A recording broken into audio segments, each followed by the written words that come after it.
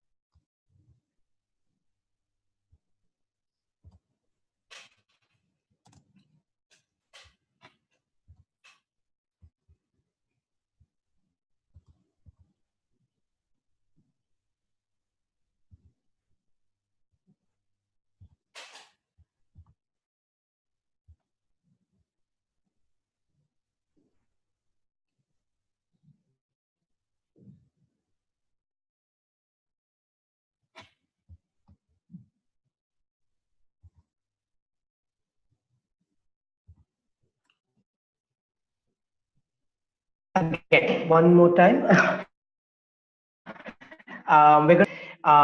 Welcome to everyone who's joined us early. Welcome to the webinar on creating a shift in our students. And this is hosted by Mr. Vikram Bhat from DreamaDream. On your screen, you will see multiple stories of change of students and educators who, through working with DreamaDream, have and coming from vulnerable backgrounds, have still been able to overcome their challenges. That's something we'll be talking about over the duration of this webinar as well. Before we begin, though, it would be great to get to know all of you a little bit better. To do that, I would request you to please share your name, where you're coming from, and what brings you to the webinar today. You can choose to do that either on chat, like a few of you already have, or you can unmute yourself and share with us out loud. As you can see, Mr. Vikram Bhat from DreamaDream is here with us, and he can hear you. You can interact with him directly as well, introducing yourself to him if you'd like.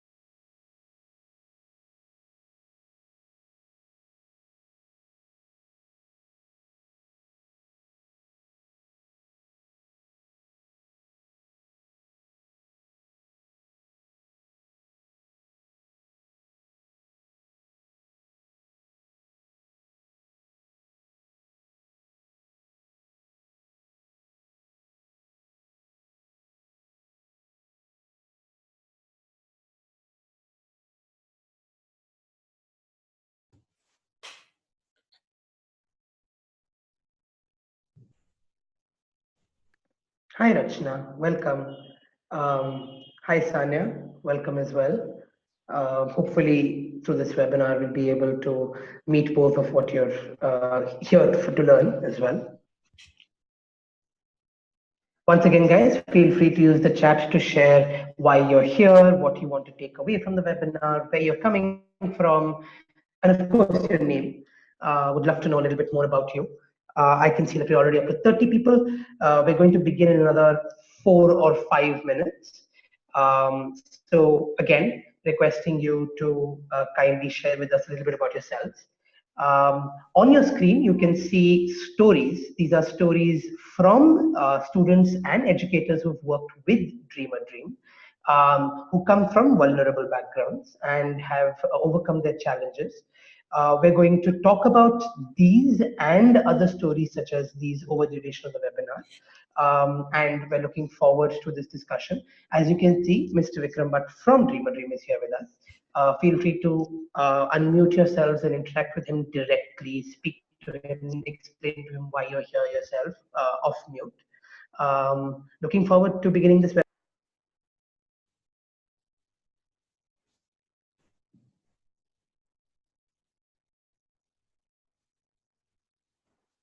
Is it usually this quiet, Rahul? Not usually, but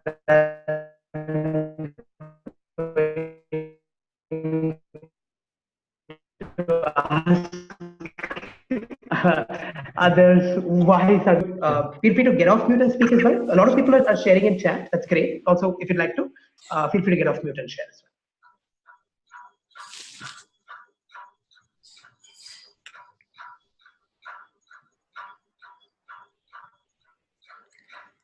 So hello, this is Sambit Das. Hi, Sambit. I thought I'll break the silence and join you. Well done. Thank you. Yeah, so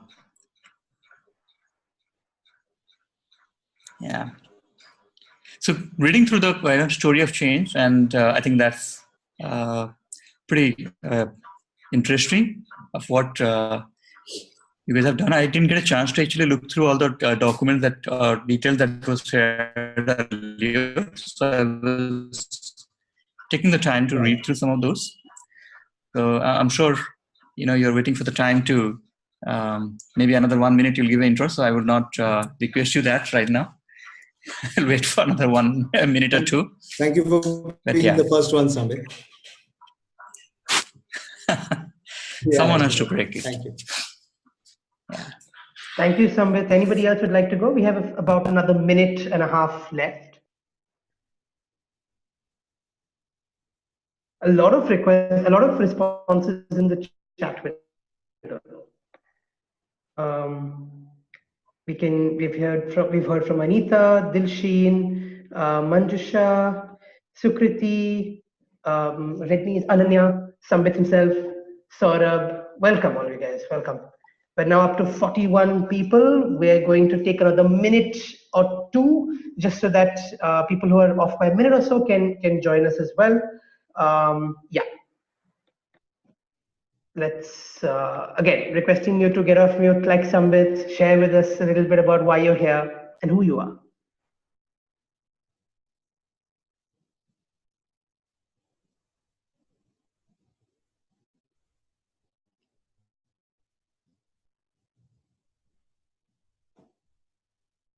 We should offer prizes, Ram. I was just thinking that.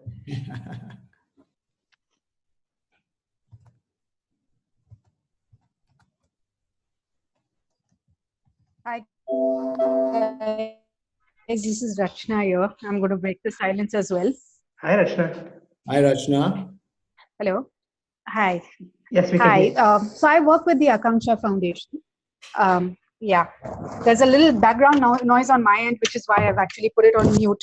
So I'm going to try and get off mute, rather keep getting back onto mute so that it doesn't disturb everybody else. A little bit of myself is I've been working with the Akanksha Foundation now for the past 6 years, and I directly support a lot of schools in just putting together some sort of socio-emotional initiatives and programs in place so that we can support children and look into their holistic development and not just into academics and curriculum.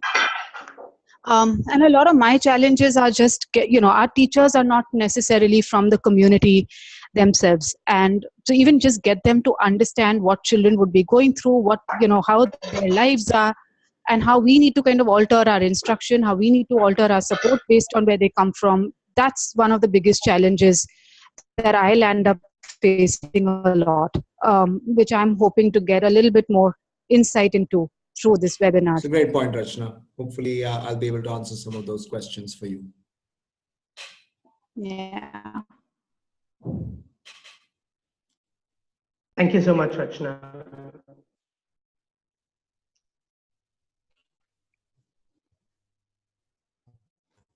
Yeah, all right. I think I'm going to begin. This is just so that we begin on time and are able to end at the stipulated time as well. Hello, everyone. And even though I've been welcoming you and saying hello for the last 20 minutes or so for those of you who've been here for that long, I'm going to introduce myself formally for the first time. Hello, everyone, and welcome to Firki's Changing the Script for Young People from Vulnerable Backgrounds webinar. This is with Mr. Vikram Bhat, who's also on your screen, as you can see. My name is Rahul Holmes. I manage the course design and curation project on Firki, and I'll help you navigate through the webinar today. Thank you for taking the time to join us in this discussion. In discussing this and other webinars through the year, the Firki team is hoping that we can disseminate meaningful knowledge and skill that take us closer to our goal of improving the quality of education in Indian classrooms. Our next webinar is scheduled to take place on the 12th of December on science instruction with Aditya Joshi. So keep looking for emails in your inboxes for information on upcoming webinars as well. All right, as you may have noticed from the pre-webinar presentation today, DreamaDream is an organization that is responsible for changing the lives of many a student and educator. To understand this further, I would like to welcome Mr. Bhat to our Firki webinar today. He will help us deepen our understanding on early childhood adversity and how it can lead to failure to thrive, or FTT.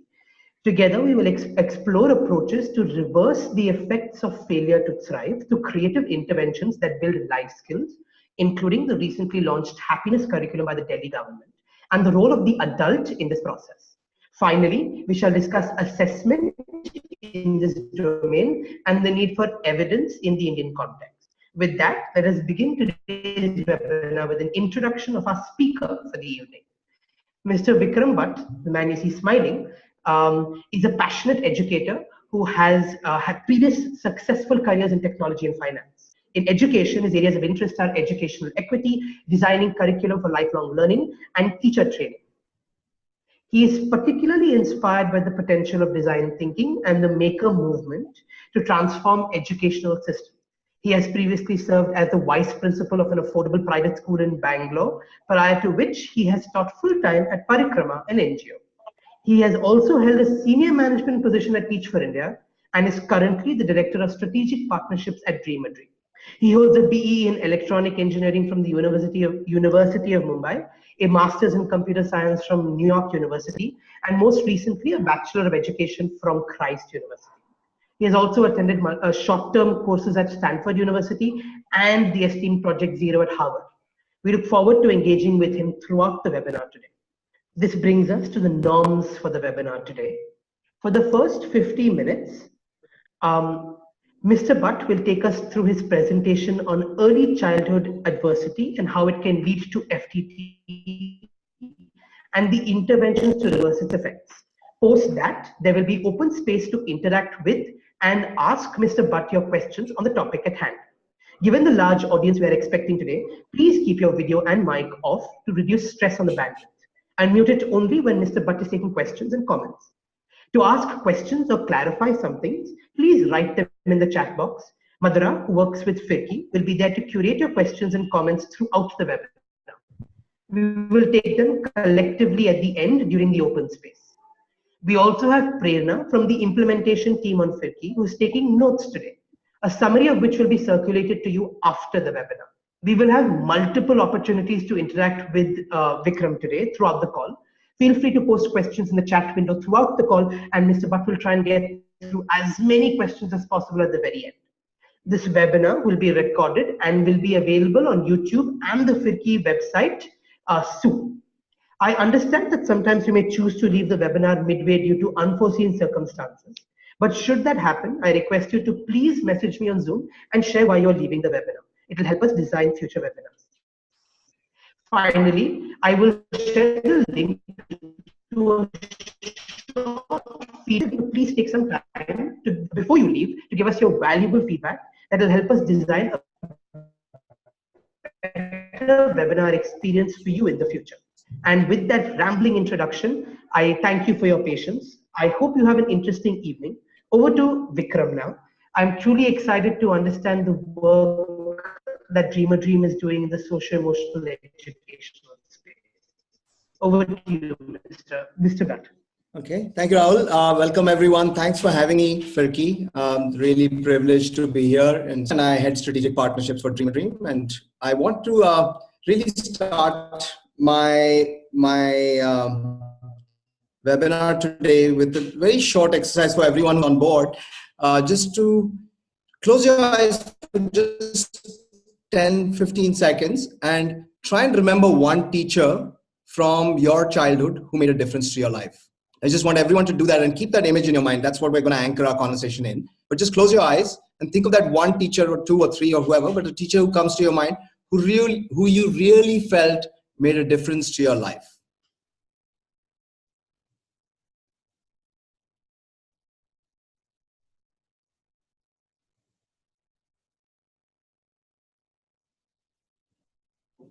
Okay, so I have my teacher in mind, and I'll just quickly give you a story around why that teacher comes to my mind. And this was when I was in 9th grade. We used to play cricket, football in the foyer outside our building, outside our school.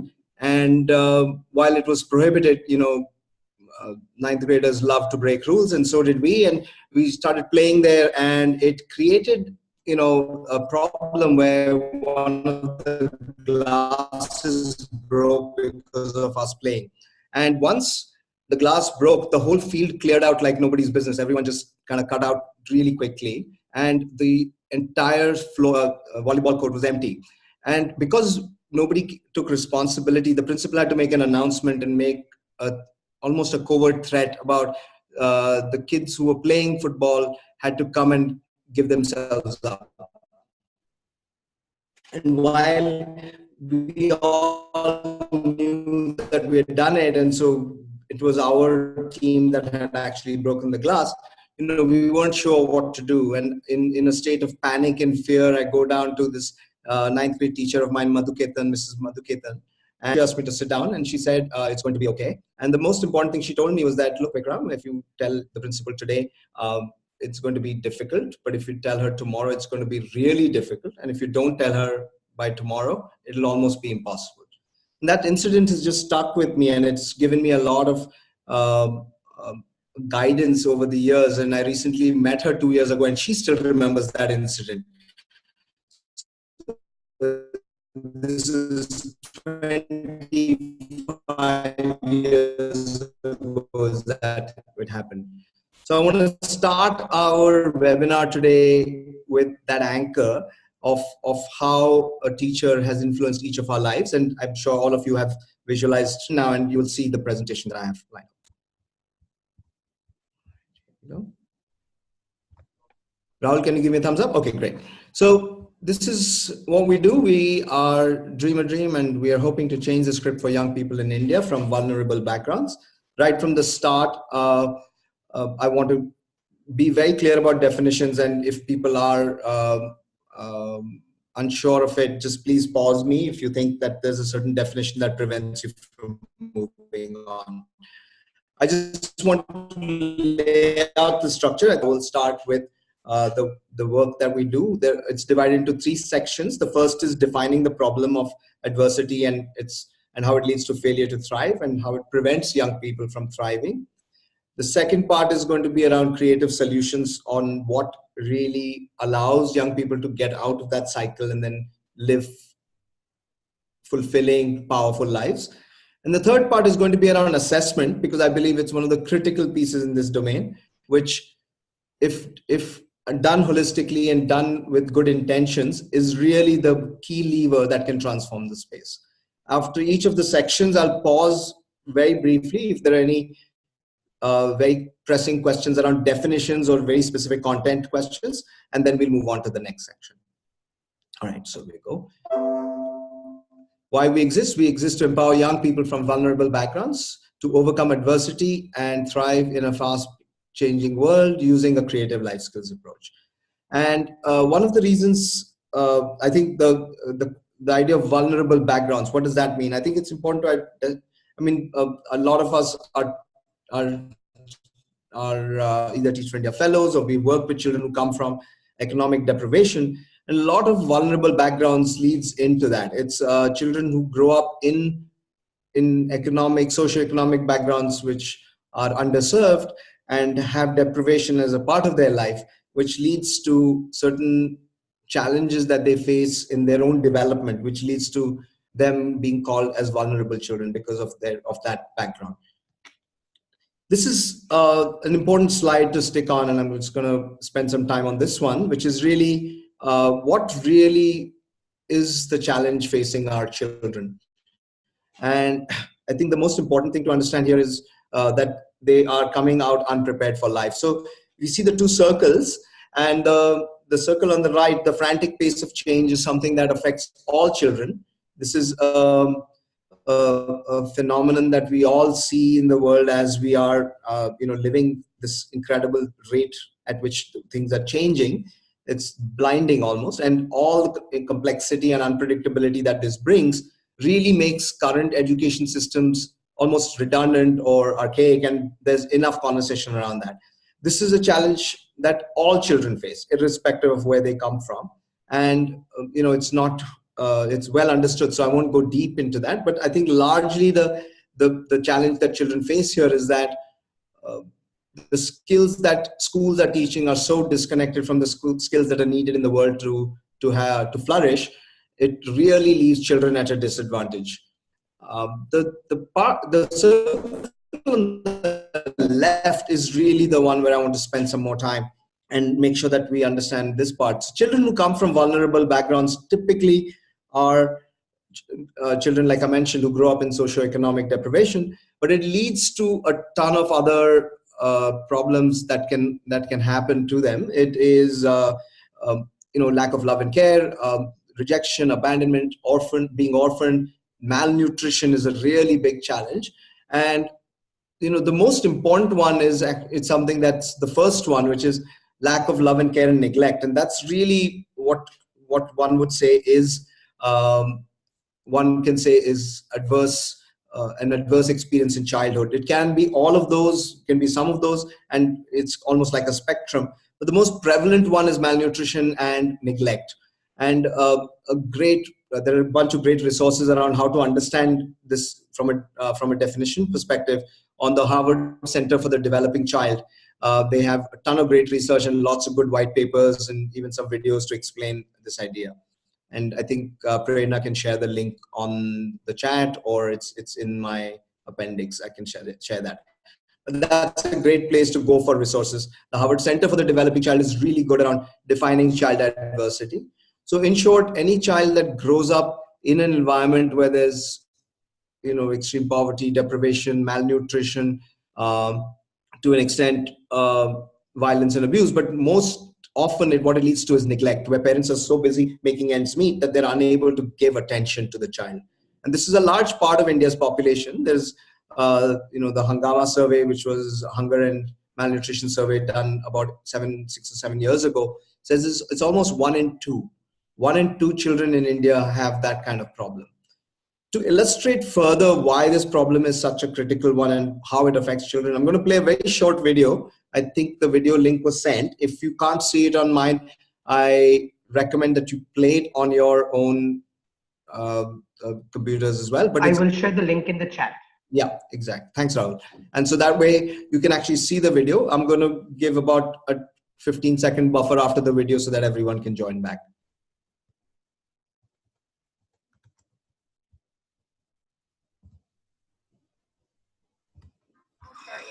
Babies this young are extremely responsive to the emotions and the reactivity and the social interaction that they get from the world around them. This is something that we started studying 30, 40 years ago, when people didn't think that infants could engage in social interaction. In the still face experiment, what the mother did was she sits down and she's playing with her baby, who's about a year of age. And she gives a greeting to the baby gives a greeting back to her. This baby starts pointing at different places in the world, and the mother's trying to engage her and play with her. They're working to coordinate their emotions and their intentions, what they want to do in the world. And that's really what the baby is used to. And then we ask the mother to not respond to the baby. The baby very quickly picks up on this. And then she uses all of her abilities to try and get the mother back. She smiles at the mother. She points because she's used to the mother looking where she points. The baby puts both hands up in front of her and says, "What's happening here?" She makes that screechy sound at the mother, like, "Come on, why aren't we doing this?" Even in this 2 minutes, when they don't get the normal reaction, they react with negative emotions, they turn away, they feel the stress of it. They actually may lose control of their posture because of the stress that they're experiencing. Okay.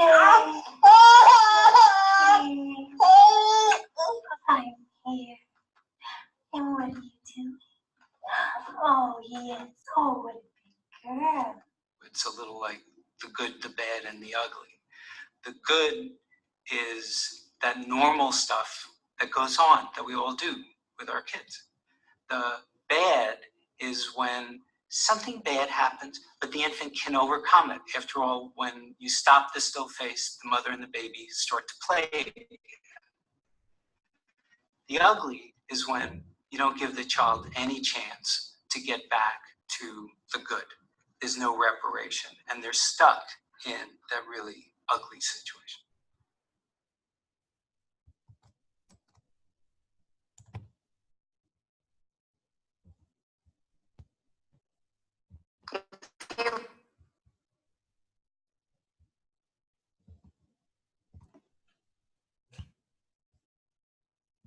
Okay, so we'll get back into it. The idea of adversity is mildly explained in that, and I want to take us back to the last part that he says. There's a good, there's a bad, and the ugly. The good is when children get the kind of responses they seek from adults in a timely fashion, and the bad is when they don't get it, but it gets repaired quickly. And the ugly is when they just don't get it for a very prolonged period of time, when the anxiety that you see in the baby then just becomes almost embedded as a permanent feature. So that's really the challenge of that piece of adversity. That's what really child adversity feels and looks like. And I'm going to introduce a word here which will come up again and again. It is when the adult offers a response or makes the child believe that they exist, that they are there. It gives a response that validates their existence. It's called validation. So it's a really important idea, because it's only when the mother validates the child is when she feels, the baby feels that, okay, I'm okay and things are going okay. It's when she does the still face and stops validating the child is when she starts to get stressed. So it's really this is the part that I want to get back into now. Like, the children who come from disadvantaged backgrounds experience many of these challenges of child adversity, which results in an even more severe condition, which is called failure to thrive and stunting.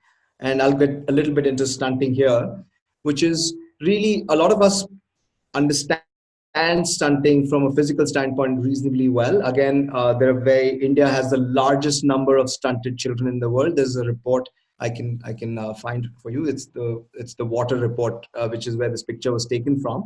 But it basically states that the largest number of stunted children live in India, and that's because they're meant to be a certain height by a certain age, but they don't grow to that height, and that's what physical stunting looks like. And I'm going to go into it a little more detail. If you can see the graph on the left side, what we typically have is children are born a certain length when they're babies, and when they're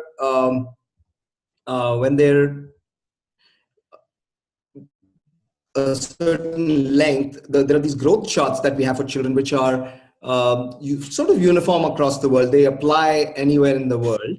And the growth charts essentially say that if you're a tall baby at birth, you will become a taller human being, a taller adult. And if you're a short baby, you will be a shorter adult, all other things being equal. And if you're average length, you will be in that middle one, which is right here, which is the average length adult.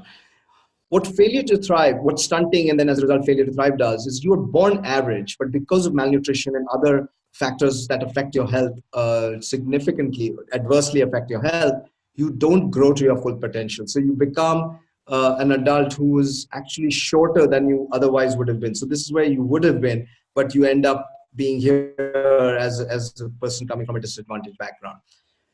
This is really important to understand and really pause and reflect upon, because when children don't grow physically, it's also a really important indicator that emotional growth also stops.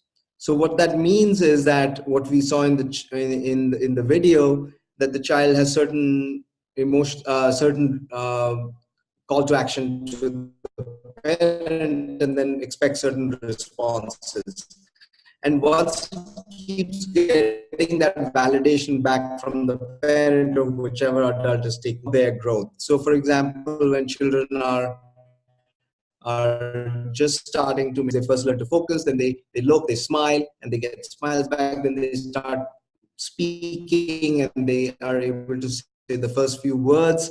And each time they get validation, it gives them encouragement to go further and do that more, to speak more and more.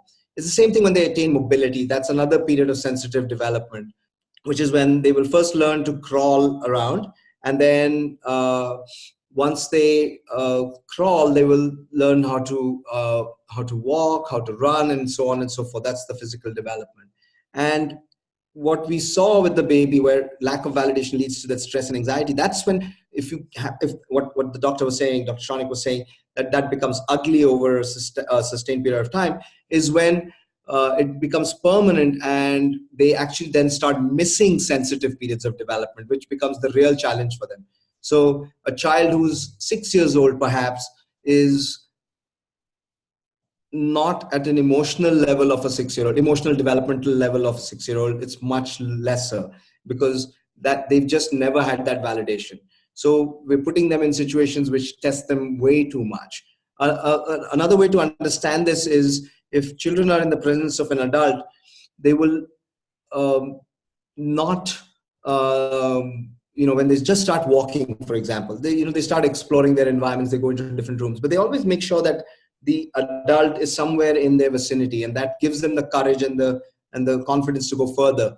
And children who don't get that validation just stop moving that way. They just become far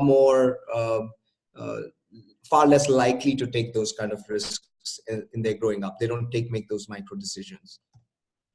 So that's really what failure to thrive does. Like it can really build a significant challenge. So adversity, growing up in early childhood adversity, malnutrition, lack of emotional validation, then leads to failure to thrive, which results in physical stunting, and in many cases emotional stunting as well, in almost all cases. And what are the real challenges that it poses to children who grow up in that environment is outlined here. They really suffer from poor cognitive skills. They really have challenges around relationships. They have attachment problems. They have poor maturity and emotional skills. There's erratic behavior. And the last one is really critical to understand. They have very, very high levels of anxiety. It's these, this is really the part to understand, the high anxiety piece, how much it impacts and adversely impacts their ability to function in a school environment. If I may go as far as to say that, all of us who have worked here with children who seem to have challenges in learning with no specific learning disorder, but it's just what we love to label them as slow learners, but they're just behind their grade level.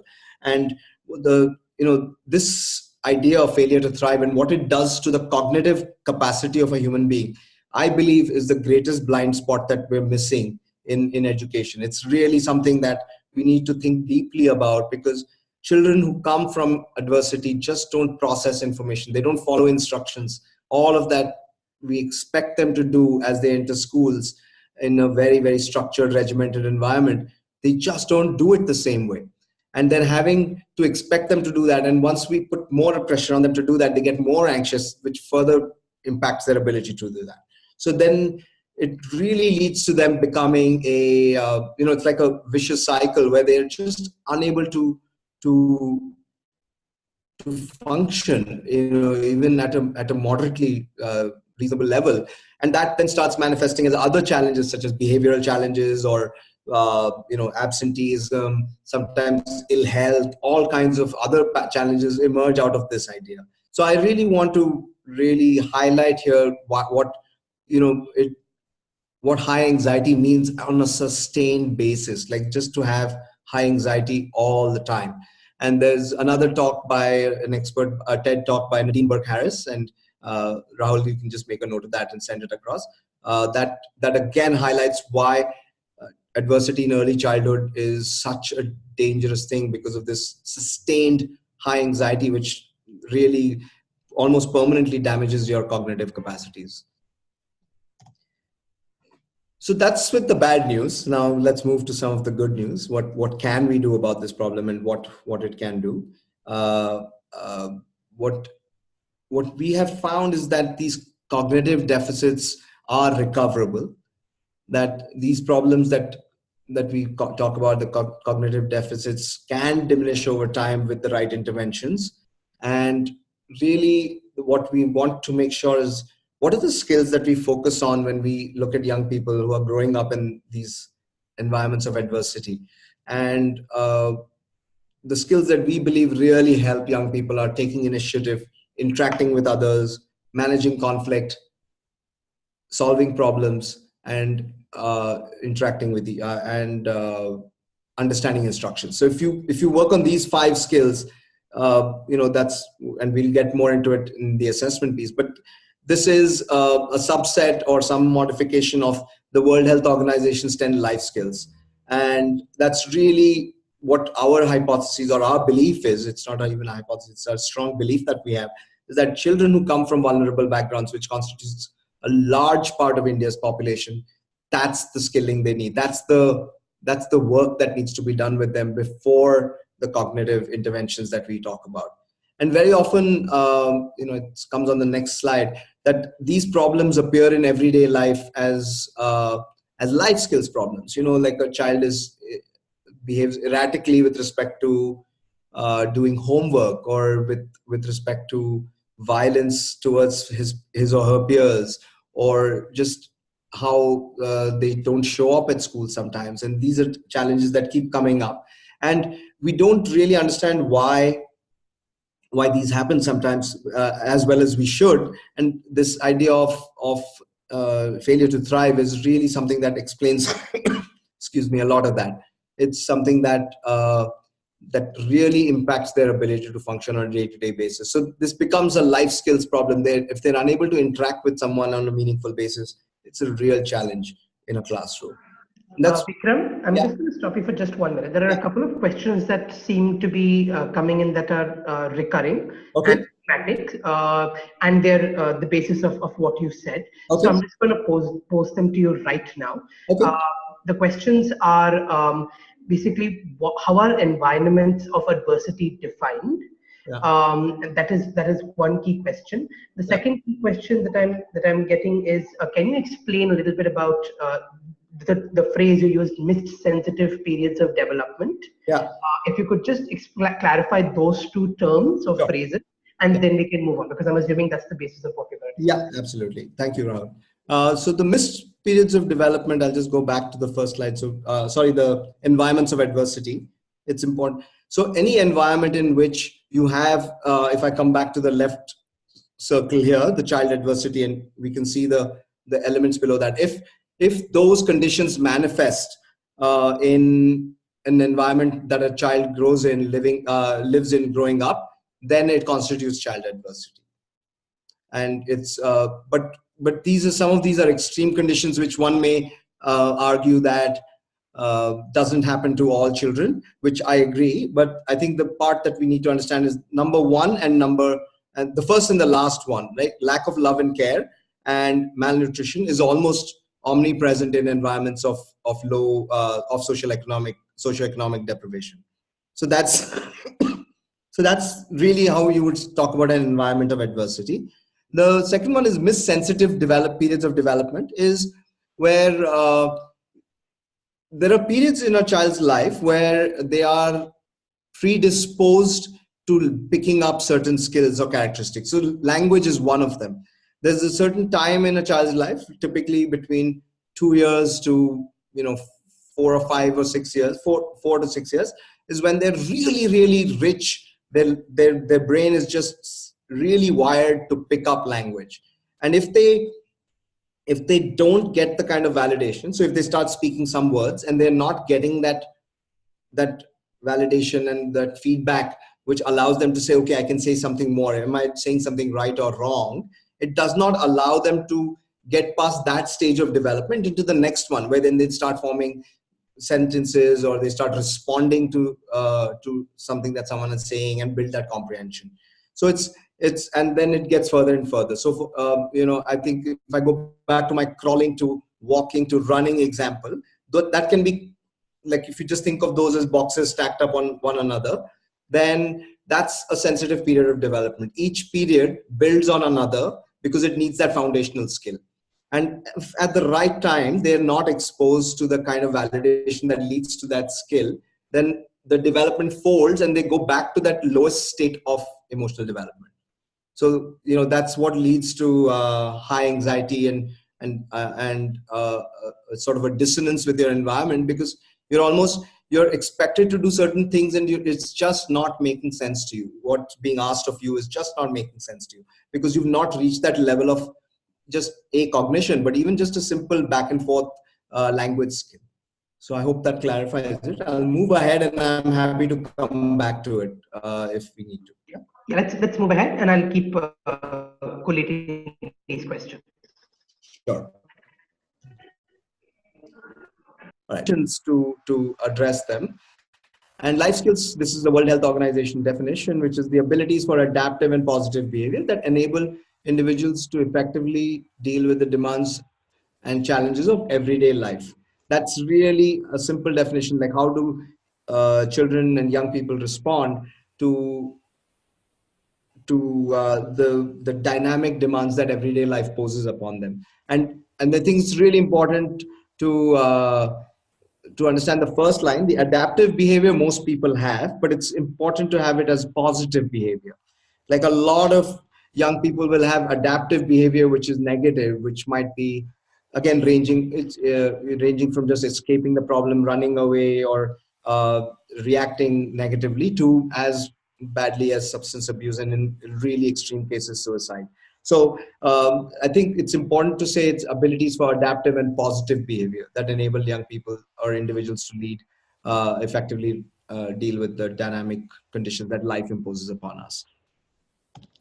So I'm going to stop here again. I know I answered one question, but I'm going to take a couple of questions, Rahul, if there are any, just again around definitions, just to make sure that we're clear about the idea of what is adversity, what is failure to thrive, how it impacts young people, and why a life skills intervention is really needed.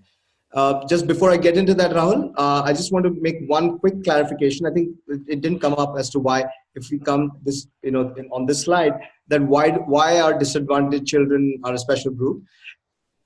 There is a belief that's present in the system that if children achieve basic numeracy and literacy, then life skills is almost like a nice to have. It can build on top of that. Like, it's almost thought of as 21st century skills, and all kinds of other words come up for it, social emotional learning, and which are all fair definitions. But there's a belief that numeracy and literacy precedes that.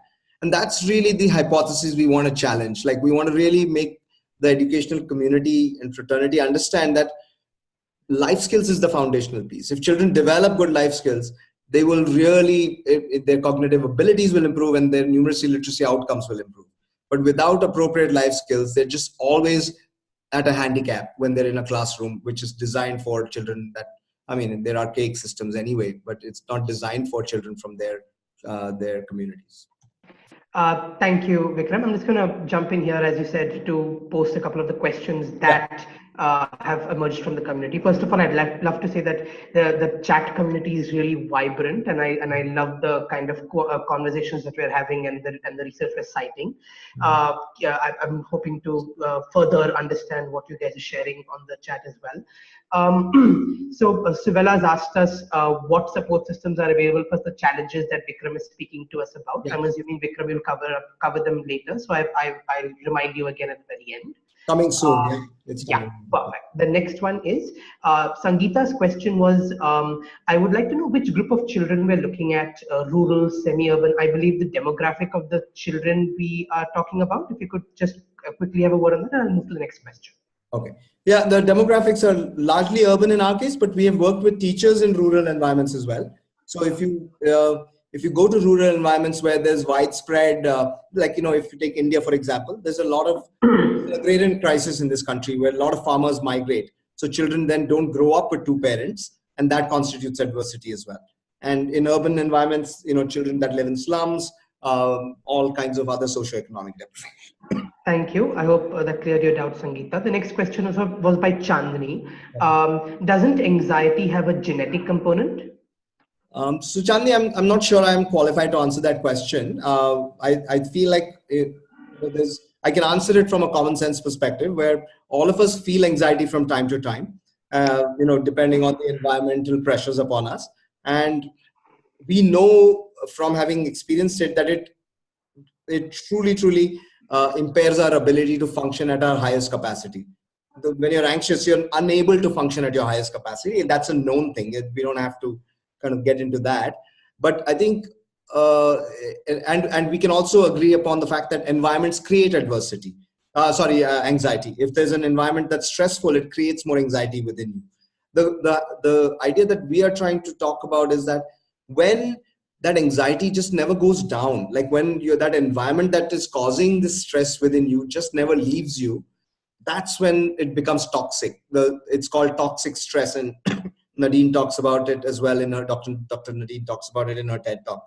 So that's what I was really talking about. Other elements of anxiety or mental health might be genetic, but that's not what we're covering here. Thank you. The last question that we haven't, also Chandni, feel free to continue to surface these thoughts on the chat. The last question that's come up here, and I know you've already begun to talk a little bit about this, but I'm going to post the question anyway. Yeah. Aman asks, are life skills dependent on socioeconomic status? Is there any evidence of its correlation with either high or low economic status? Which set of children have higher life skills? Yeah. I think that if I just go back to that first slide, the second slide right here, this is the challenge. Children that are growing up in higher, let's say more privileged environments without any kind of economic deprivation are in your right side, where they're being subjected to the frantic pace of change of this world.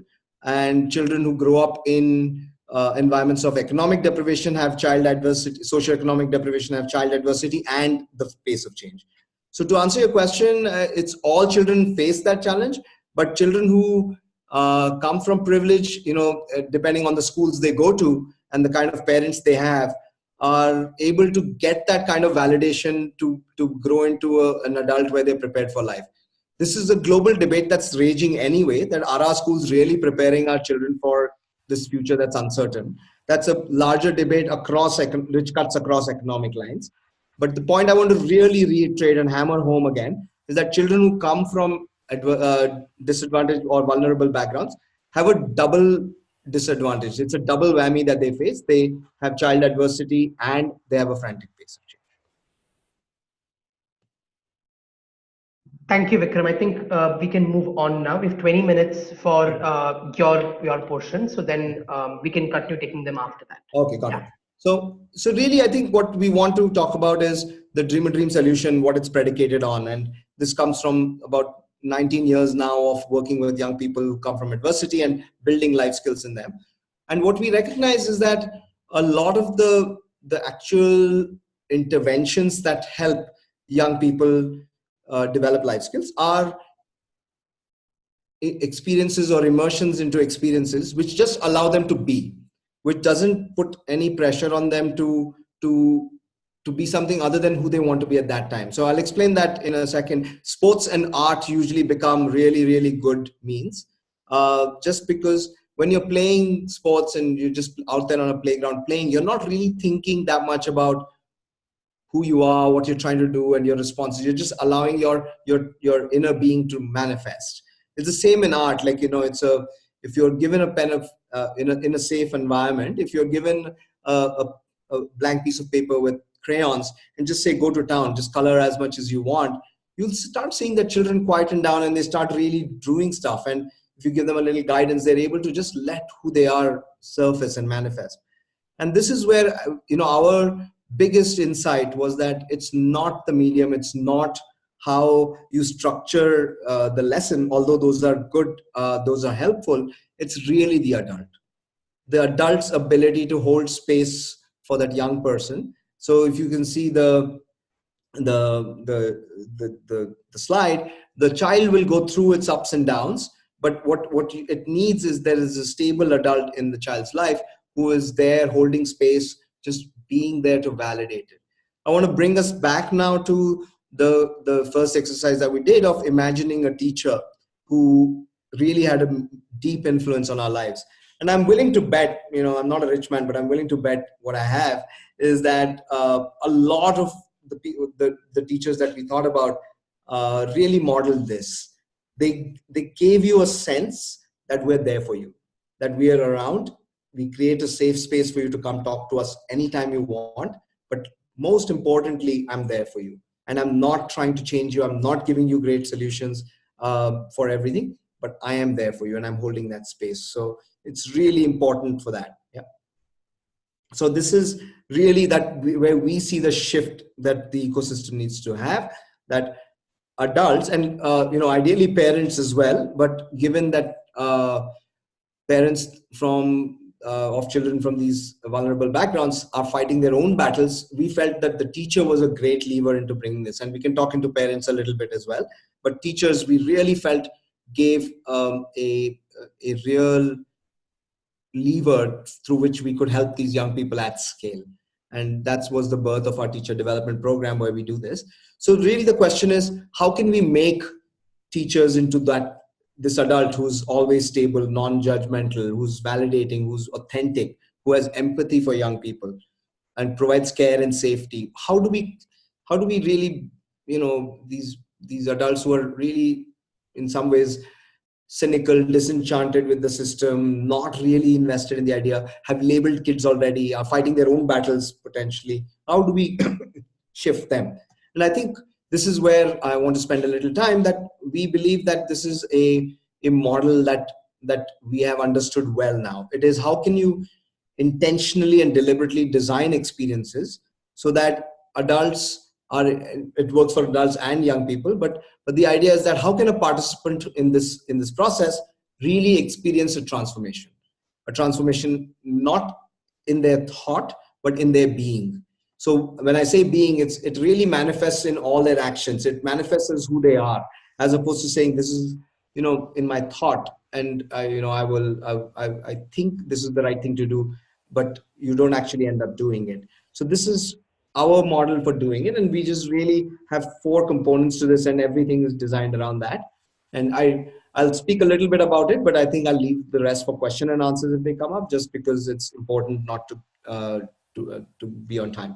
So the arc of transformation is predicated on this idea that through these 4 steps, you will come out and be a different person. You will undergo a transformation, which is you will find a new self. You can't go back to that. And it has 4 simple components. It has a powerful beginning, which largely is the process between the facilitator and the participant, where trust is opened up, they feel safe, and they are opening themselves up to this experience. The second is a deliberately designed, intentionally designed transformative experience, which really, they feel something has happened, but they won't know it completely until a little later.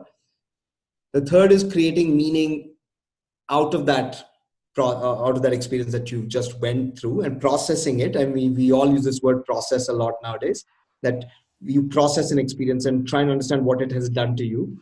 And then at the end, you celebrate this new identity that you've discovered as a part of this transformative experience. So a simple example there, I'll just highlight that and then we'll move on to that, is corporal punishment. A lot of teachers really believe that spare the rod and spoil the child kind of idea.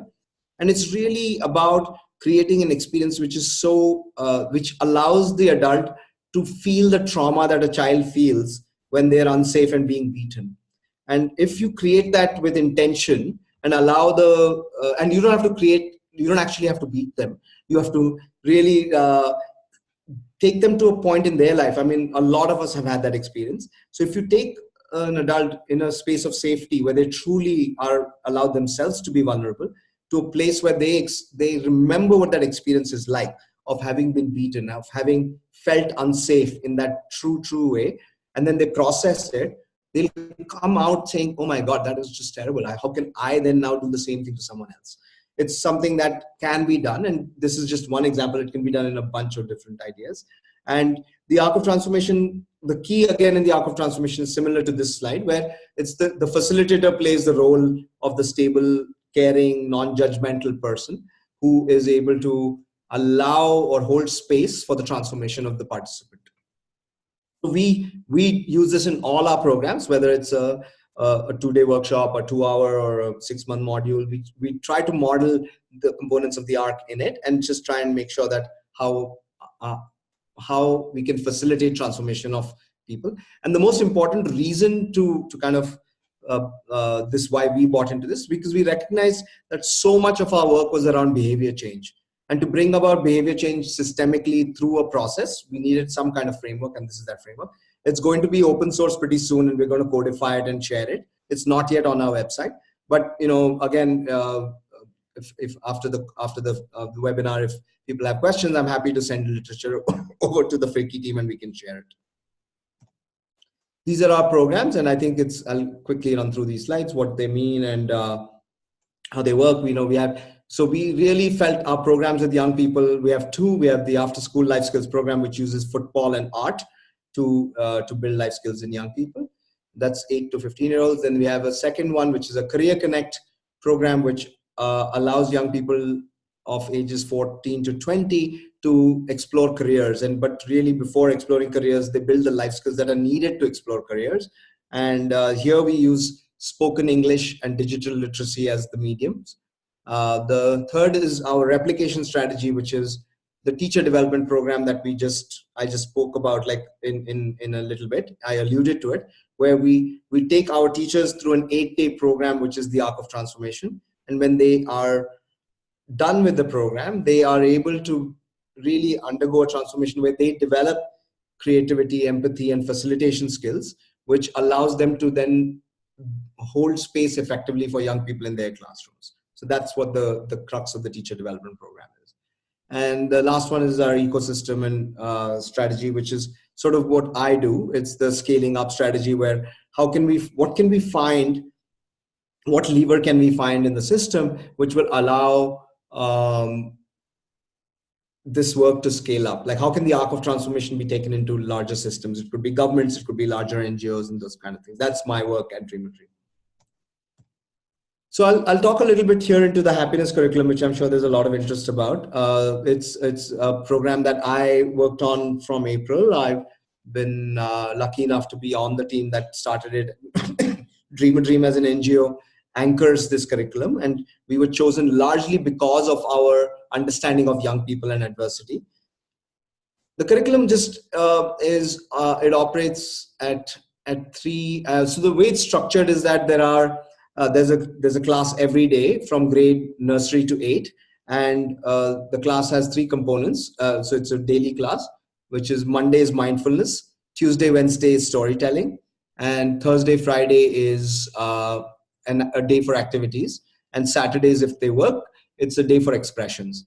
It's a very simple framework which was set up by a group of 40 people with the curriculum, and the core ideas around or the objectives of the curriculum was to develop mindfulness and self-awareness in young people, develop critical thinking skills and reflection.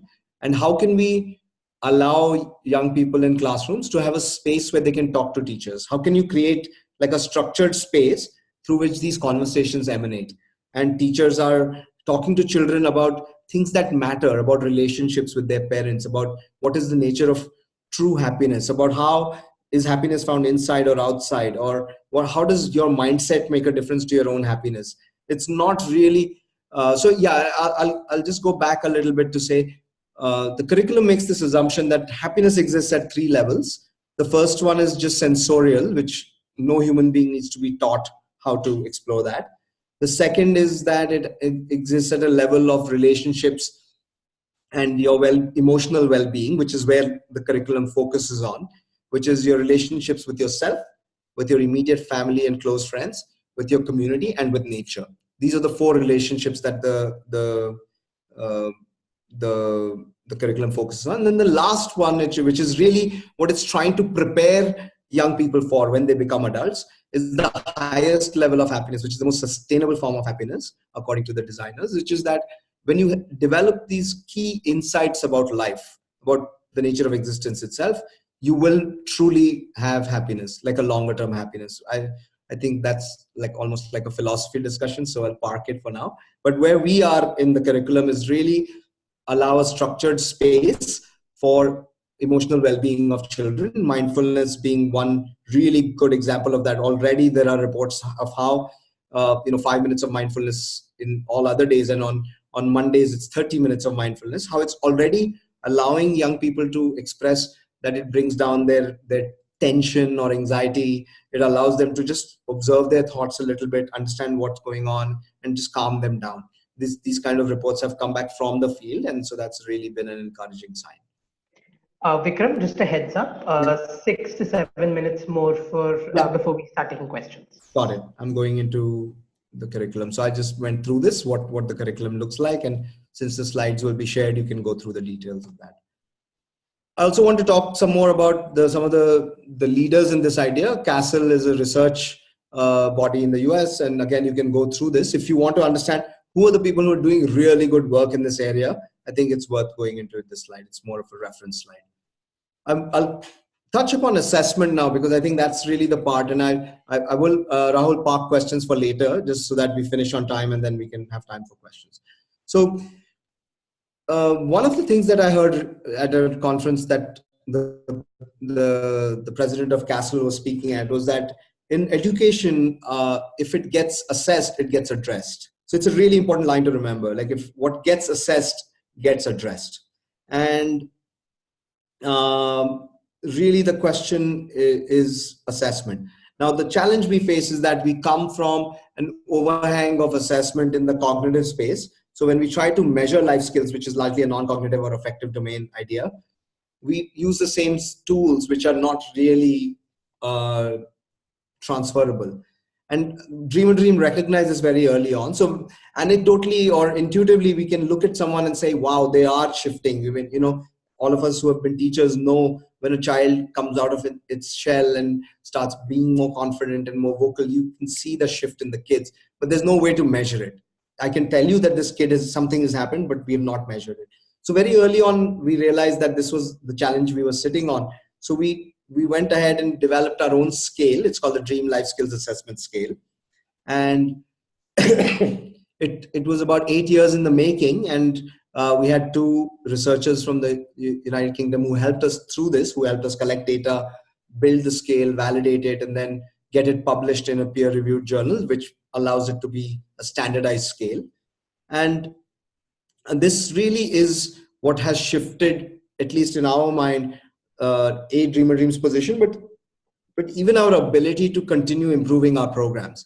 Like, when we go deliver our programs now, we really know the children who we feel need deeper interventions in life skills and the ones who are actually showing improvement. And so the impact measurement that we conduct, A, for ourselves, but B, also for our stakeholders, is done in a more objective, done in a more holistic, and actually just done in a more aligned manner to what the needs of the child are. This is a scale which has been used in 26 countries. It's free for download, the link's there. And, again, we got selected recently in the 100s 2019 global collection. So if you go there, it'll talk to you about how you can use the scale in your own work.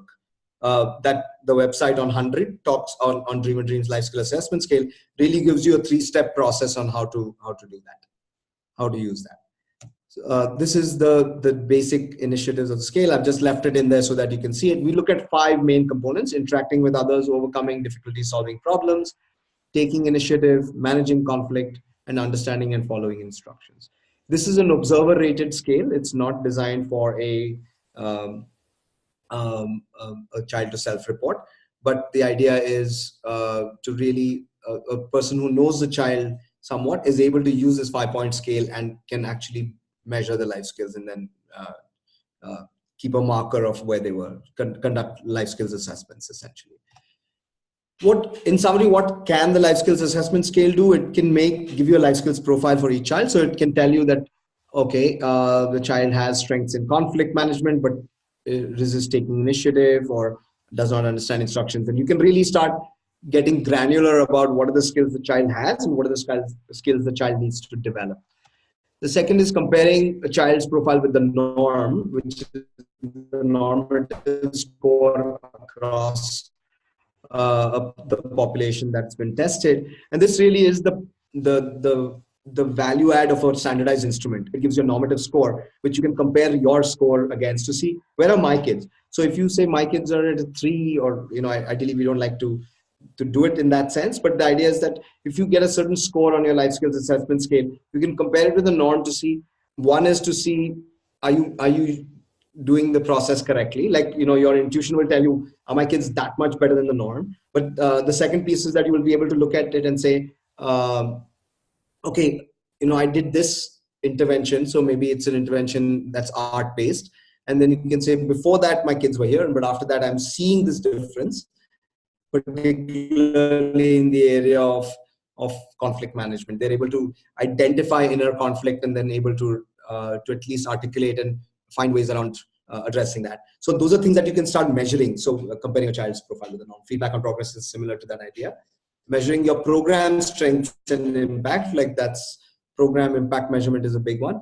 And you can compare 2 programs against each other. So, this is like a classic control group, treatment group study where you can say, I'll do this just to start isolating certain parts of my program versus other parts of my program, or my program versus another program itself. So if you're a nonprofit that's trying to differentiate yourself and prove to a stakeholder, whether it's a government or a donor, that the work you're doing is really the next big thing, then you need some way of objectively proving that to the person you're talking about. And this is one. And the last one is allocation of resources. Who can it be used by? It can be used by NGOs, clinicians, donors, blah, blah, blah. So, I mean, I think it's quite important, but I think it's the tool in our mind was really for number 1 and number 5. It was more for practitioners, really for practitioners. It's designed to be simple. Like, I mean, a lot of people look at the scale and say, oh, it's too simple. It doesn't, like, how can something so simple possibly be accurate enough? And I think that's the part that we need to start understanding, is that very often tools that are really simple but are rigorous, it's taken 8 years for us to do this, it's gone through a peer review process, are actually abstracting a lot of the complexity for you. So it's important to start critically thinking about these about these tools, so to make sure that it's designed for you to use easily, but it's not a simple tool. It's got a lot of complexity and design. A lot of design challenges have been answered. So there's a lot of design behind that scale. And the last one, the 5th one, the researchers piece is important. DreamaDream has its own research department. We have a thought leadership department that looks at research in multiple ways for different stakeholders, and really trying to establish this space in India for a debate and a conversation around life skills, and how we can prove conclusively that life skills interventions lead to better outcomes, whether it's cognitive or whether it's even better life outcomes in the end, economic outcomes or social life outcomes for young people who have had those interventions. So researchers need tools, and that's what we designed this for. And there is a report on our website, which I would highly recommend you download. It's called a secondary report on life skills, which Rahul, if you could find it and just lot. Then but it has a deeper, it's got a broader view of the life skill space in India. This is another great tool that we've come across. Eval Design is a company that is an organization that's based out of Delhi, and they do a lot of work in measuring 21st century skills. This is a great handbook if for anyone who's looking to just understand the space better. They take the various 21st century skills, break them down into sub skills, and then give you a good sense in which of those sub skills there's a standardized instrument available, and in which ones there isn't a standardized instrument and the work needs to be done. So again, if you're looking to measure your work, so DreamaDream's scale specifically looks at life skills. But if you wanted to look at critical thinking or creativity, break them down into further skills, and you can really get into it and get some more details out of that. And that's it for me. Thank you so much. We have a few questions that have actually come up. Before I start posing those questions to you, I'd like to start by saying thank you very much, everybody who has contributed to this conversation with your questions and thoughts in the chat. I think it's made this conversation richer.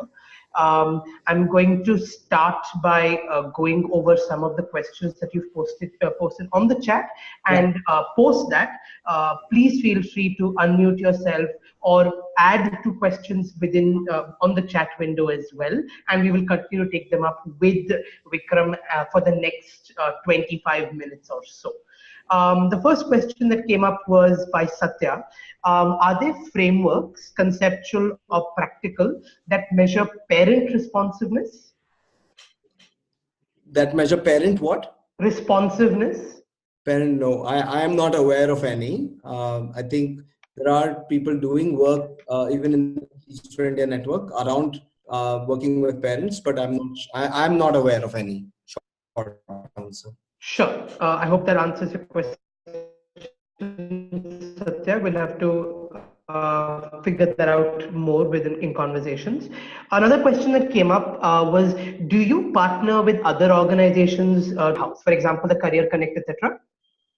So our direct programs are all built in-house. So the first, if I go back to the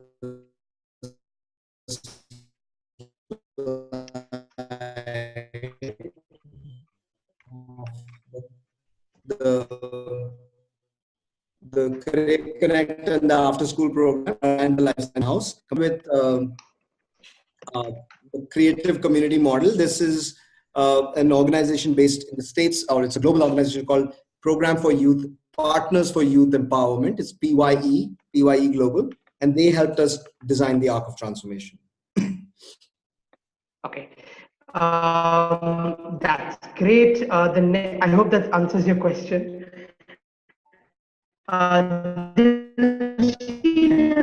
Question, not so much a question as a statement and a question that came with it. Even though the intent and the structure of the happiness curriculum is very well set, the teachers in government schools, and here she's saying she's intent or not understanding be molded around this. Yeah.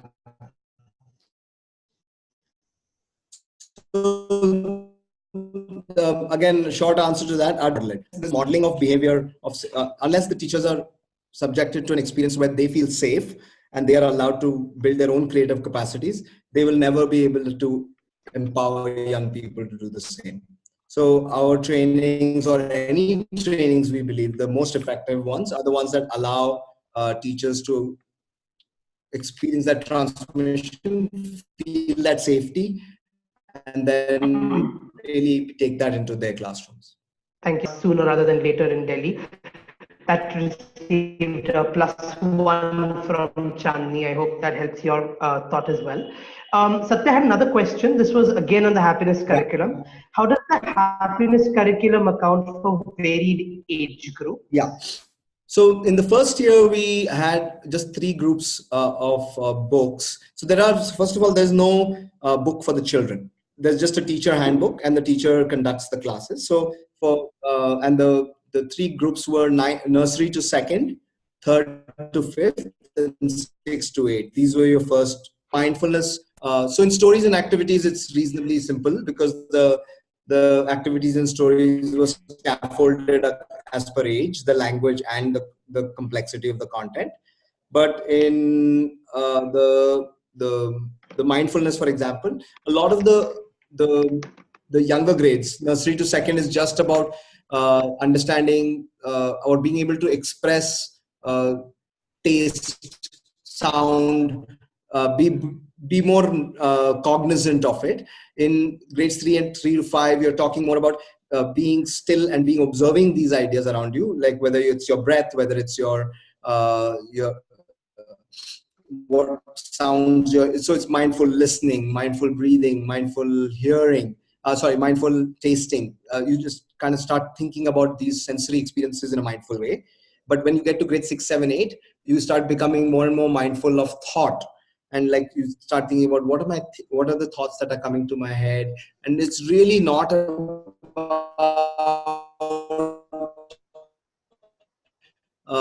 sort of in the Vipassana tradition, looking at thoughts that come to you and stop judging them and just observing your thoughts and allowing that silence to really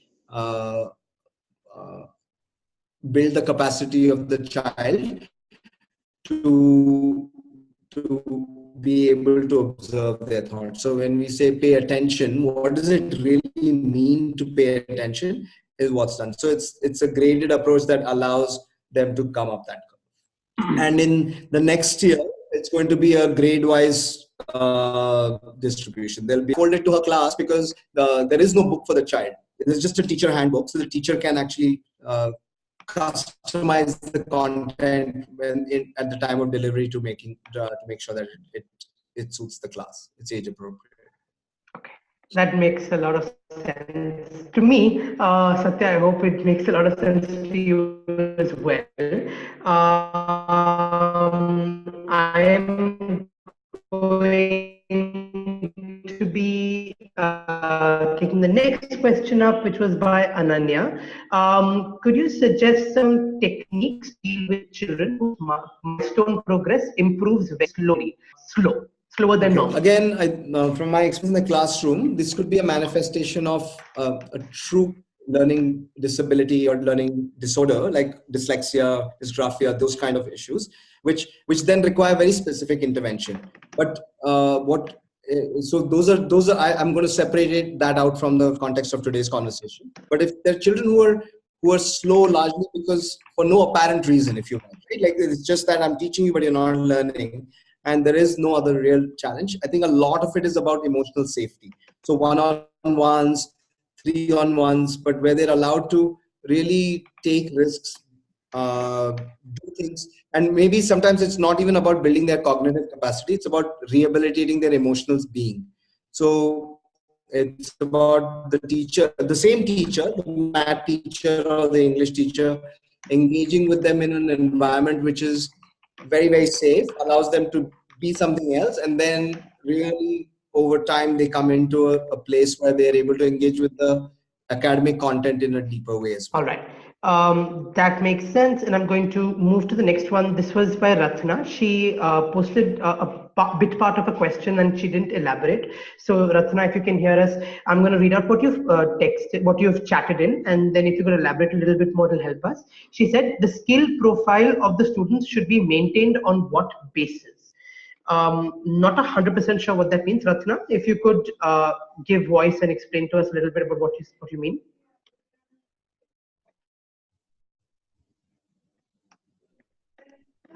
All right. We'll move on in the interest of time. And Ratna, please feel free to give voice and explain a little bit about what you've put in the chat window. Aditi has a question. How do you minimize the subjectivity or bias from the educator side when they're implementing the assessment? Right, that's a really good question. This is a question that comes up very often. So in psychometric assessment, which is the kind of scales that we're talking about, bias is really, really hard to remove. Especially in observer-rated scales or even self-rated scales, there are different kinds of biases. So you never eliminate bias, you can only minimize bias. And a lot of the way to do that is to, when you standardize your instrument, there are things you do called test, retest. There are validity test that the instrument goes through.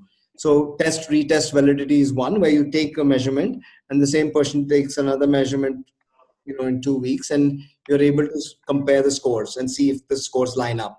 Another one is called inter-rater reliability or inter-rater bias. So you check for that. So where I will rate a child and someone else will rate a child, and across multiple data points, you will look at how reliable the instrument is. So these are ways you can reduce it, but a lot of it is just practice and understanding that. I think the question, the reason why this is an interesting question, and I think I mentioned a little bit that we are used to a cognitive space assessment, is that we are always used to thinking that getting 90 on 100 is better than getting 40 on 100. Like that's the mindset that we have grown up with. So even on a Likert scale like this one, you'll say giving a kid a 5 is good. So even if you think the kid is not really developing his life skills, you will say that, maybe I'll be kind and give them a 3, because giving a 1 doesn't feel good. So that's the kind of biases that start creeping in. It's a lot of it is about sensitizing the observer that it's not really a reflection of the child, it's not a judgment, but it's really about understanding what a 1 means versus what a 3 means. And that's the thing. And it's like, we're very, very honest in admitting that this is the first sort of step in creating an instrument like this. There are way more sophisticated instruments as well, with more items and more granularity in their scales. And we hope we develop more as an ecosystem. But this was DreamaDream's really push and contribution to starting that process. Thank you, Vikram. I'm going to move on. Jyotsna had a question for you. Can we approach you to conduct teacher development programs for our rural school project? Is there any cost involved? I'm assuming you can take that offline as well. But the first question, can we approach you to conduct teacher development programs for One shot, I had to jump off and get it. So yeah, sorry, could you repeat the question? The question is, can teachers approach you to conduct teacher development programs for their rural school projects? Depends where they are. Yes, we would be open to the conversation. There are budgetary and operational constraints that we have. We're a very small organization by design. We want to go deep. So but we're more than happy to have you come visit us, understand the work we're doing, and maybe even train. It all depends on where they're located. If they're in Karnataka, it's much easier. But if they're outside Karnataka, it gets a little more complicated. Okay. Again, the questions are coming hard and fast here, Vikram. I'm going to try and keep up with them as quickly as possible.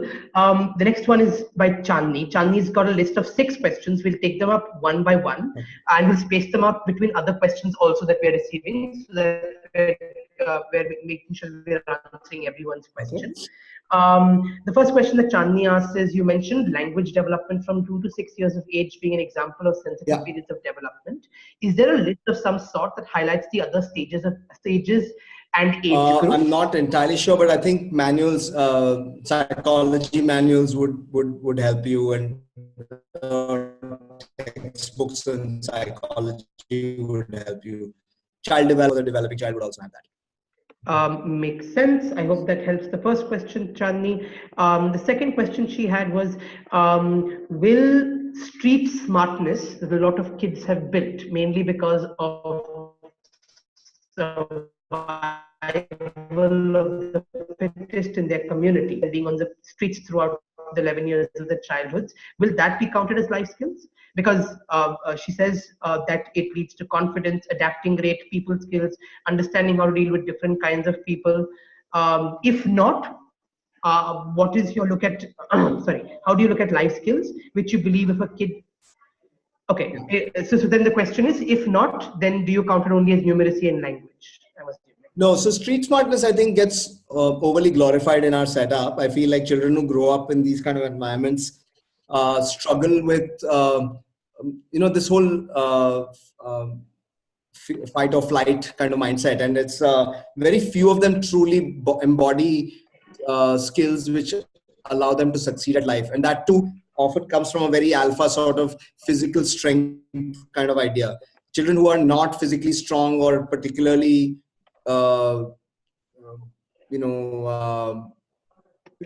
physically capable of taking care of themselves, often find street smartness is about avoiding trouble and not about being positively reaching life situations. So it's a lot of it is about escaping the situation that gives you anxiety. So I wouldn't call that like as an advantage. However, having said that, our Center for the Developing Child has another paper on resilience, which really talks about children's ability to overcome difficult situations or adverse situations as long as there's an adult in their life. I think that really becomes the key. Like having an adult in your life, then you're able to stand up to face the problems that you're coming up against. And then, like what we had in the definition,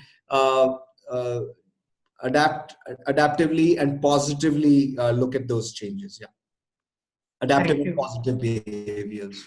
Thank you, Vikram. So, Vela, you also had a question around street smartness. I hope that answers that as well. I'm going to now take Ananya's questions before we move back to some of Chandni's questions. Ananya asks about, she talks about that CBSE had introduced life skills education for grades 6, 7, and 9 a few years ago. It was part of their CCE and about assessing life skills through co-curricular activities. Do you see any alignment of your work with this?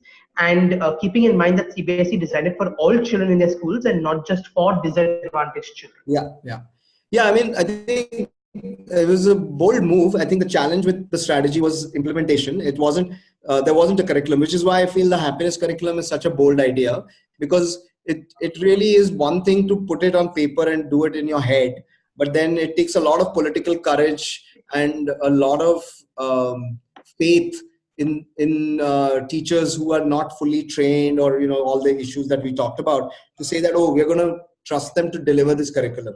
And without an effective curriculum or a medium to transact with young people, it's impossible to build the life skills and then measure. So CBSE is very good about defining what are life skills. Like if you read the document, it reads really well, but it doesn't have the how of what's going to happen in the classroom.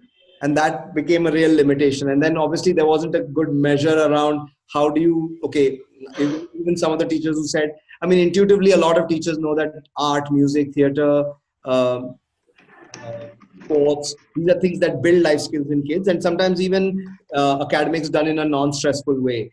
But how do we measure it? And that became another challenge. But it's something that we do work with the CBSE. We talk to them about policies and stuff. And so this is another area that we intend to look in the future.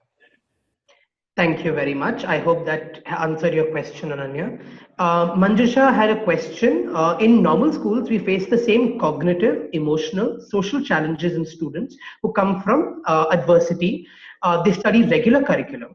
How could school and teachers support these children to overcome these challenges?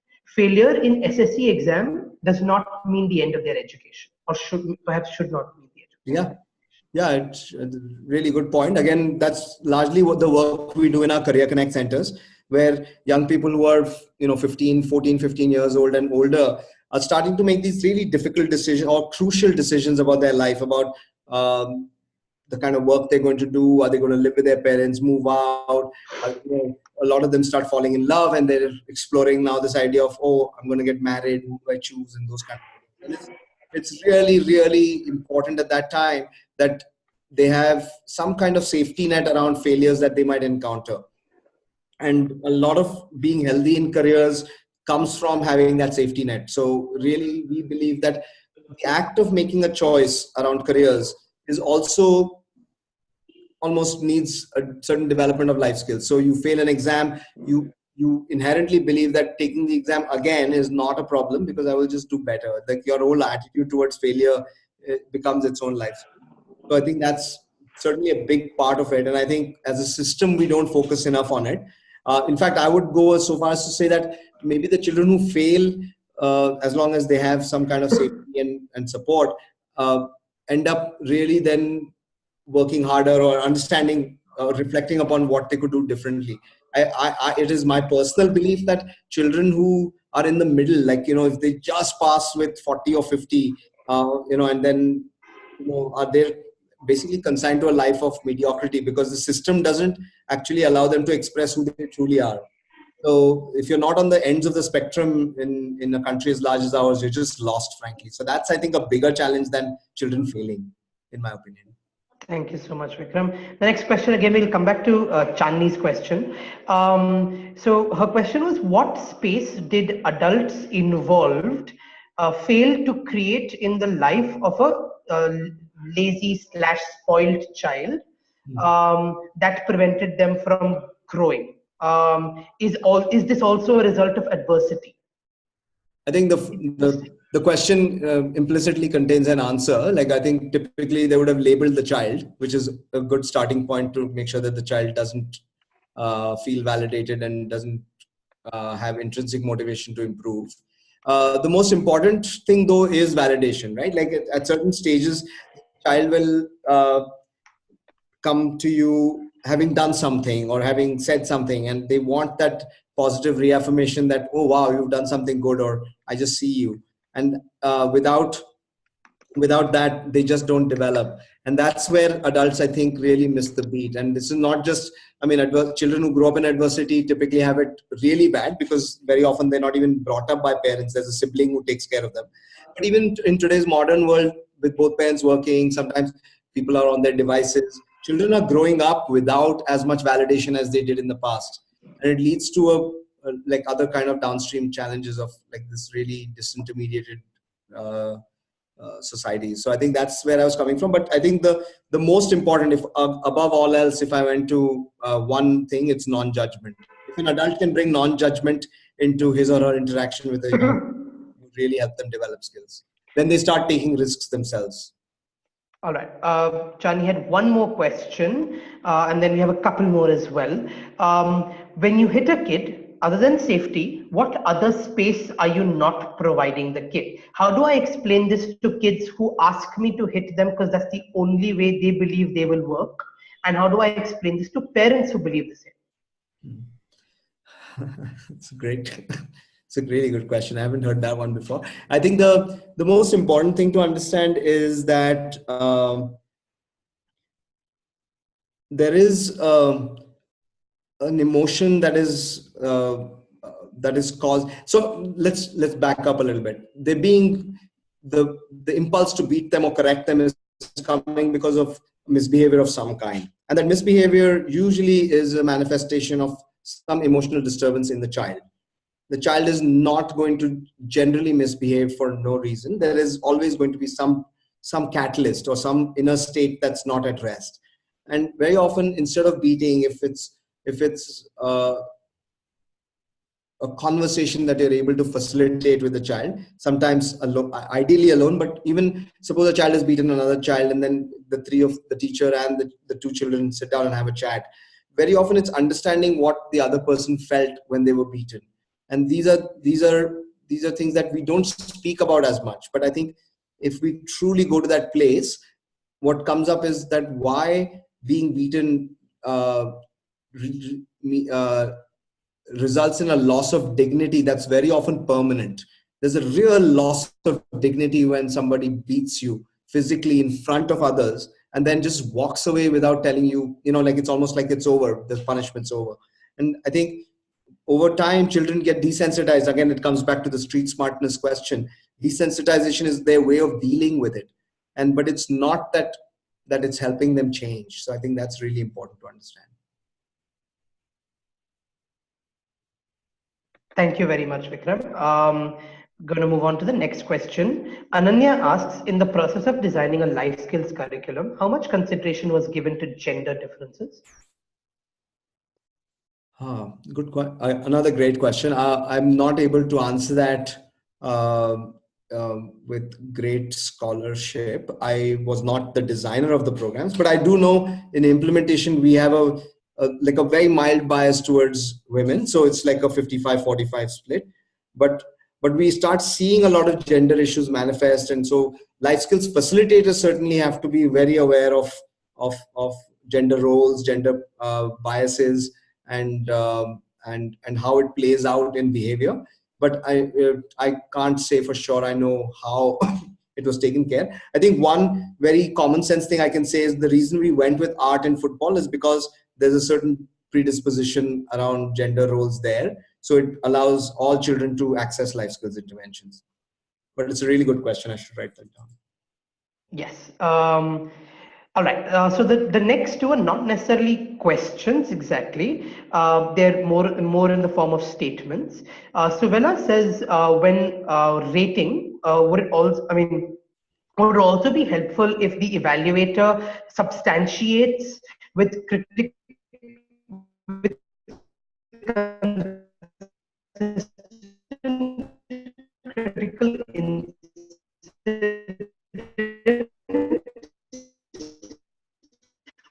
why they are rating a child on the Yeah. life rubric assessment scale, would substantiating along with consistent critical incidents, noting down consistent critical incidents, would Yeah, that absolutely. help There's lessen on the bias? scale. If you go back to the scale, you can see there's a reason. There's a space below there for comments. So observers can put in specific instances.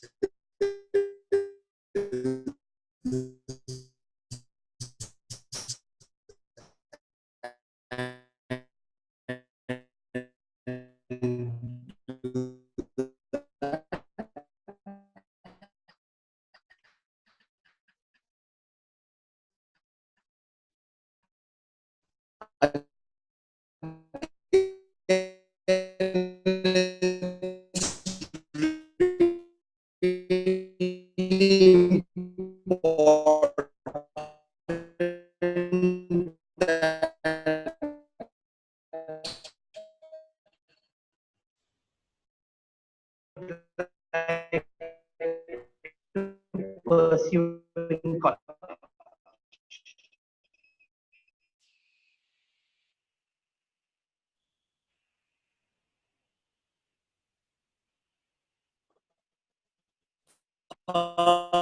Yeah, I think the more underlying assumption is that when children truly develop life skills, they will start what they want to do.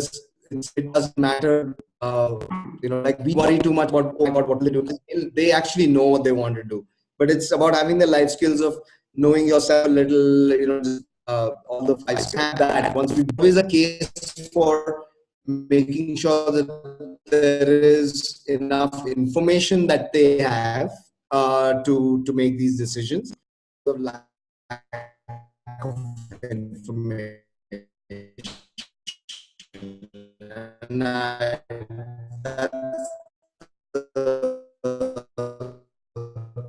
again another assumption we should Scale, there are also items which nullify each other if there are raters biases which crop up. I'm assuming it's just a statement on the scale itself and it's taken into account when it was designed. Yeah. Yeah. So we'll have the last question, and we'll take that as the last question, even though we're 1 minute over time. We will end another 2 or 3 minutes. Yeah. Apologize for the delay, but I'm going to take Subila's question. What would a must require? What is the definition for learning disabilities, and how would it help in assessing the child, such that we could record and see their progress age-wise?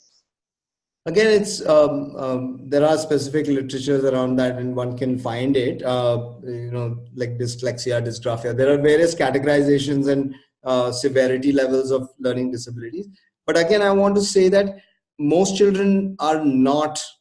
They don't have that. Most children are normal, but I think a combination of failure to thrive and poor teaching or poor school infrastructure and teaching resources to them starting to fall behind in their age appropriate learning outcomes and learning levels, and then that in a way starts manifesting as a learning disability or certainly a learning handicap, that if I'm not able to read sentences in my textbook, I'll never be a self learner.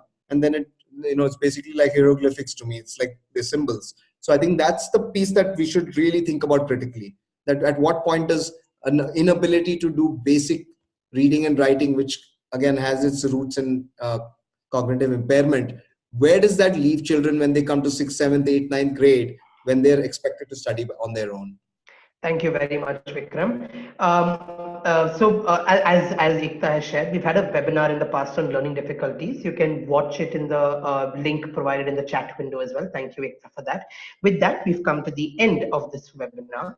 I'd like to start by thanking Vikram for being generous with his time and expertise today. Vikram, could you please also share your thoughts on the webinar and how it went? Yeah, I think I haven't figured out when the last 90 minutes went. So I'm really thankful to you guys for having me, and a big thanks to all the participants, like all the questions that have been coming thick and fast. It's really nice to have this kind of engagement. I'm really, really appreciative of it. Thank you very much. A lot of gratitude to you guys. Thank you very much for being a part of this, Vikram. Our next webinar, participants, is scheduled to take place on the 12th of December on science instruction with Aditya Joshi. So keep looking for Firki emails in your inboxes for information on our upcoming webinars. I'm just Rahul, I just want to have one last thing before people start turning off. I think if you want to keep following some of this, please do follow us on Twitter. We try to post a lot. The DreamaDream Twitter handle is a lot about evidence around others, examples of evidence in this work. So it's very, very informative. So please do follow us on Twitter, and of course do check out our website, the research section and things that we're doing. It's really great. But do follow us on Twitter, please. Yeah. Thank you very much. Yes. So one last time, I'd like to remind you before leaving, would really, really appreciate it if you could fill in the feedback form that has been posted in the chat window several times. Your feedback helps us make our webinars better and more relevant for you. Once again, I'd like to thank Vikram for joining us today. It was a great opportunity for all of us to learn about adversity and failure to thrive and our role in combating that. So thank you very much. Have a good evening. Thanks, Rahul. Thanks for moderating so well. Thank you very much. Thank you. Have a good evening. Good evening, guys. Bye. Yes, Reena, you will receive everything via email. You'll receive the deck and all the attached resources. There will also be a recording. All of this is recorded. So there will be a recording that will be shared on YouTube and on the Firki platform as well soon. Thank you.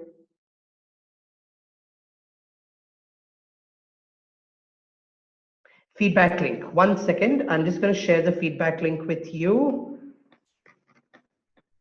Okay, yeah, Madhura shared it as well. Oh, and I've shared it privately. Okay, Madhura shared it as well. That will be the feedback link. Thank you very much, Home. I'm not sure what your name is, but Home, thank you. Thank you guys for engaging so vociferously in this conversation. I think the chat window is the most animated I've seen it been. Thank you for joining us. Have a good evening.